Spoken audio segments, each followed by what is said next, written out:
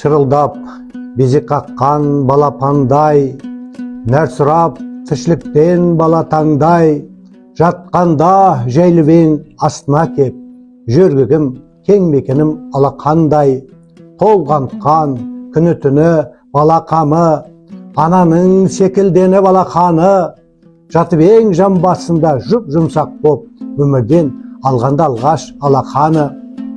Өзіңден басталыпты береке күн, басы сен бақыт пенен берекенің, мол кебін емес өзің ұқтырасың, мынау жарық жалғанның кең екенін.